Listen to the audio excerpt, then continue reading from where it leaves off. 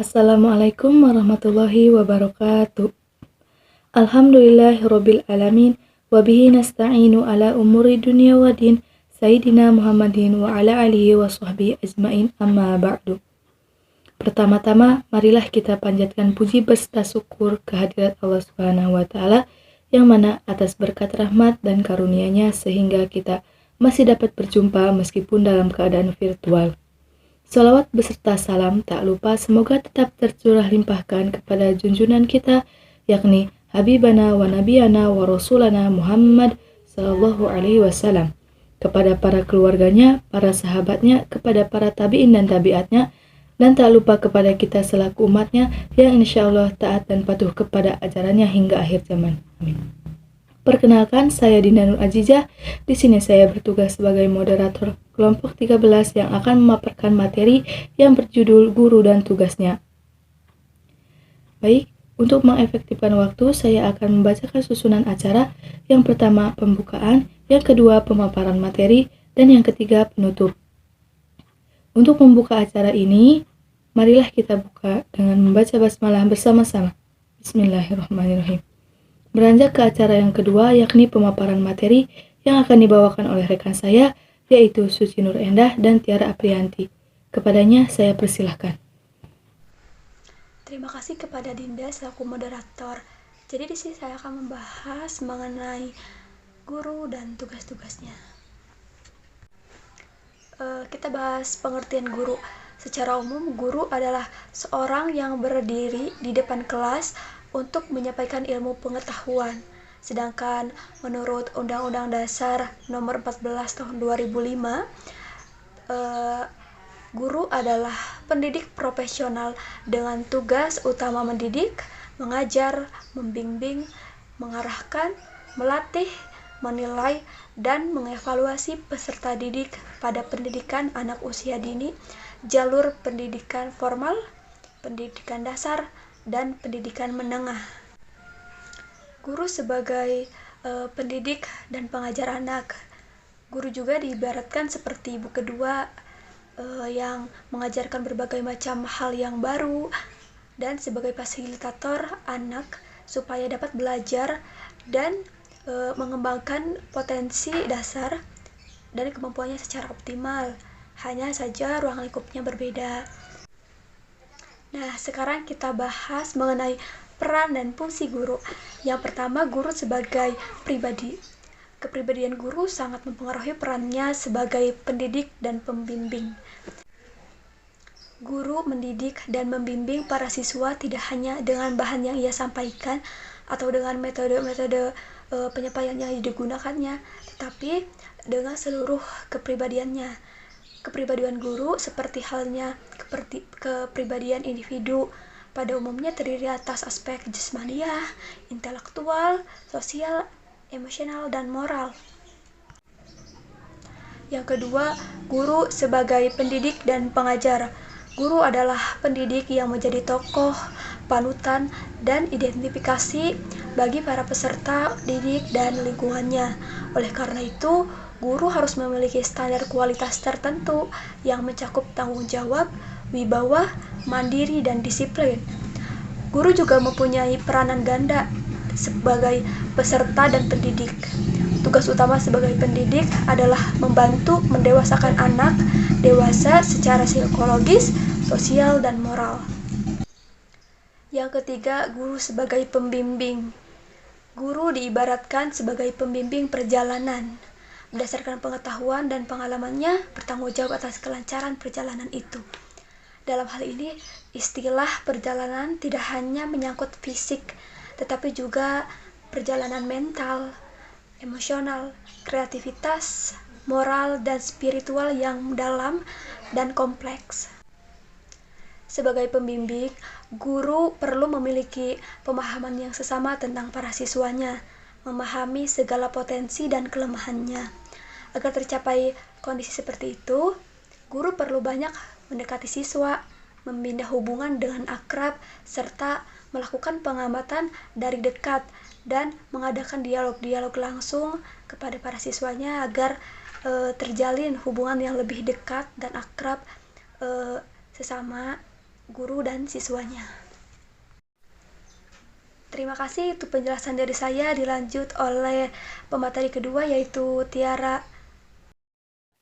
Baik, di sini saya akan melanjutkan dari pemateri 1, yaitu yang berjudul tugas-tugas guru.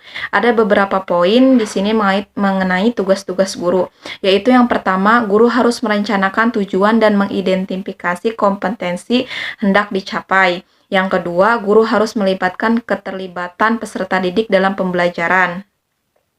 Yang ketiga, guru harus memaknai kegiatan belajar. Yang keempat, guru harus melaksanakan penilaian. Ada beberapa di sini poin mengenai guru harus melaksanakan penilaian, yaitu dalam kematangan kepribadian guru dapat dilihat dari kedewasaan, kesehatan fisik dan psikis, ketiga kemampuan profesional, yang keempat menguasai ilmu dan keterampilan keguruan, dan yang kelima sikap dan sifat profesional. Nah, beberapa sikap dan sifat yang harus dimiliki guru yaitu fleksibel, bersikap terbuka, berdiri sendiri, terus peka dan tekun. Dan yang terakhir adalah realistik. Terus yang keenam, kemampuan bekerja sama. Sehubungnya dengan tuntutan kerja sama, ada beberapa kemampuan yang harus dikuasai oleh guru, antara lain yang pertama, mudah dalam menghadapi orang, mempunyai niat untuk bekerja sama dengan orang lain, senang mengembangkan bakat dan minat, terus memiliki keyakinan dan kesabaran. Terus yang ketujuh, kemampuan guru dalam berkomunikasi. Pendidikan dan pengajaran berintikan interaksi antara pendidik dengan terdidik atau antar siswa dengan guru. Interaksi tersebut hampir semuanya menggunakan media bahasa, baik itu bahasa lisan maupun isyarat. Terus dalam bentuk-bentuk komunikasi ada 4, yaitu penyampaian secara lisan, penyampaian informasi tulisan atau tertulis, komunikasi melalui media elektronik yaitu virtual, terus komunikasi aktivitas kelompok. Nah, dalam penyampaian informasi seharusnya yang dilakukan oleh guru dalam komunikasi aktivitas kelompok tuh yang satu, menyajikan informasi secara sistematis atau berurutan. Yang kedua, berbicara terarah kepada tujuan tertentu atau tidak melantur kemana-mana. Yang ketiga, penyampaian materi sesekali diselingi sedikit humor. Dan yang terakhir adalah guru hendaknya memberikan petunjuk yang jelas. Nah, poin terakhir, D, proses pengajaran yang dilakukan oleh guru yaitu mendapatkan informasi dari siswa.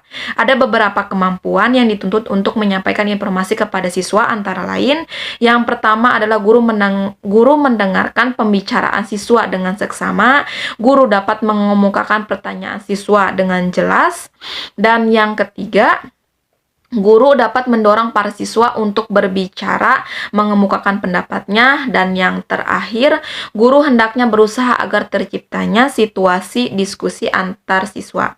Terus yang kedua, mengaplikasikan pengetahuan. Nah, di sini poin-poinnya yaitu guru hendaknya menghubungkan bahan pelajaran yang diberikan dengan pengalaman siswa. Guru meminta untuk melakukan suatu peragaan, dan guru hendaknya banyak memberikan contoh-contoh dan kasus-kasus. Dan yang terakhir, guru berusaha menyediakan alat-alat yang diperlukan dalam pembelajaran. Nah, yang ketiga, membangkitkan motivasi belajar. Dalam membangkitkan motivasi belajar siswa, guru perlu memperhatikan beberapa hal, yaitu lebih banyak memberikan penghargaan atau pujian daripada hukuman. Yang kedua, guru sebaiknya memberikan komentar tertulis terhadap pekerjaan-pekerjaan siswa. Nah, yang terakhir, pendapat dari teman sekelas harus lebih memberikan motivasi yang membangun. Nah, yang keempat, yaitu memberikan kritik. Agar terjadi perubahan atau perkembangan pada siswa, ada kalanya guru perlu memberikan kritik, sebab dengan kritik siswa akan mengetahui kelemahan dan mendapatkan kesempatan untuk memperbaikinya. Nah, dalam hal kritik ini juga guru harus memperhatikan beberapa hal, yaitu guru hendaknya jangan memberikan kritik siswa di depan siswa yang lainnya. Terus yang kedua, bila guru sedang dalam keadaan marah, bingung, atau panik, jangan memberikan kritik, sebab dalam keadaan demikian Semua perasaan batinnya dapat ditumpahkan kepada siswa yang dikritik. Terus yang terakhir, sebelum memberikan kritik, guru hendaknya mengemukakan hal-hal positif yang diperlukan siswa. Mungkin hanya sekian materi yang saya dapat sampaikan, kurang lebihnya mohon maaf. Wassalamualaikum warahmatullahi wabarakatuh. Terima kasih kepada kedua pemateri yang sudah memberikan materinya. Di sini saya akan membacakan kesimpulan dari materi yang tadi disampaikan, yaitu kesimpulannya, guru adalah seseorang yang memberikan ilmu pengetahuan kepada anak didiknya dan bertanggung jawab untuk mendidik, mengajar, membimbing, dan mengarahkan anak didiknya agar lebih bermanfaat di masa yang akan datang.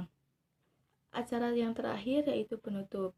Untuk menutup acara ini, mari kita membaca hamdalah bersama-sama.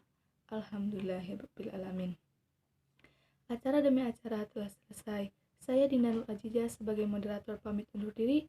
Kurang lebihnya mohon maaf. Wassalamualaikum warahmatullahi wabarakatuh.